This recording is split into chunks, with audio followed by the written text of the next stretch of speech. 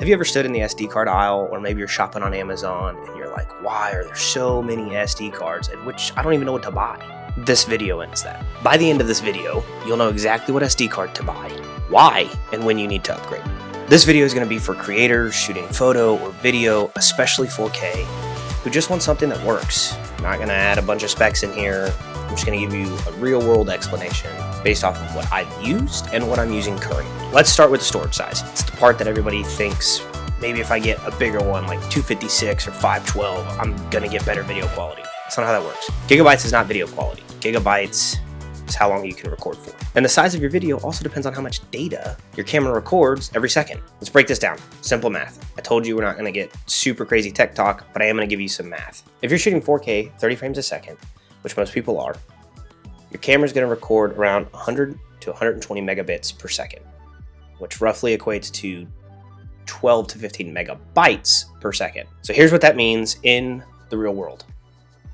64 gigabytes is roughly going to get you 1 hour of 4K video. 128 gigabytes is going to get you about 2 to 3 hours of 4K video. 256 gigabytes, about a full day, maybe a little bit more. Same camera, same resolution, just different recording times. And honestly, for most creators, 120 gigabytes is the sweet spot. It's long enough that you can sit here and shoot comfortably and do something like this, but small enough that if the card fails, you don't have multiple files on your card. But we need to talk about the part that actually affects the reliability, the write speed. Write speed is how fast your SD card can save video while recording. So if the card can't keep up, the camera's gonna stop recording.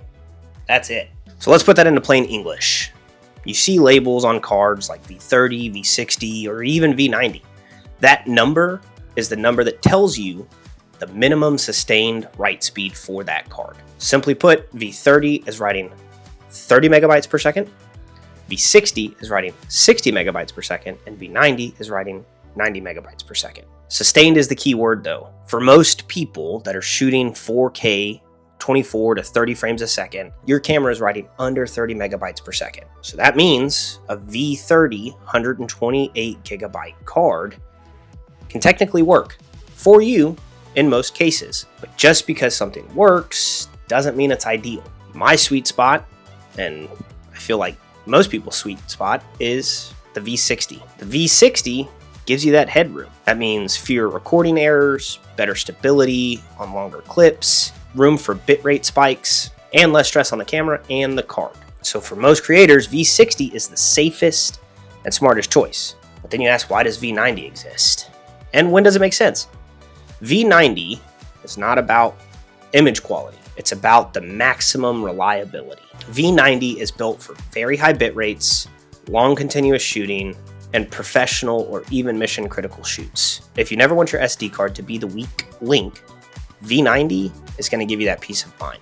For full transparency, I switch between V60 and V90 because, again, I want these videos to be about personal use. I shoot most of my videos on the Rugged ProMaster V60 128 gigabyte SD card. Got it right here. You've seen them in other videos, and I've talked about them a little bit and why I like them. I use V60 cards for most of my work. And then I use V90 cards when I want maximum reliability or I've got really long sessions. I don't use them because they're trendy or because they're the most expensive thing out there. I think with a card that's V90, you're paying $1 per gigabyte.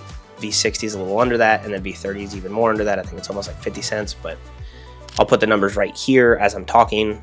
I use them because they've been the most consistent and dependable for me. So let's get into a simple buying guide, or even save this video so you can come back to it and look when you're shopping for a new card. Photo and casual video, 120 gigabyte V30 is going to do enough because, again, most cameras are writing under that speed.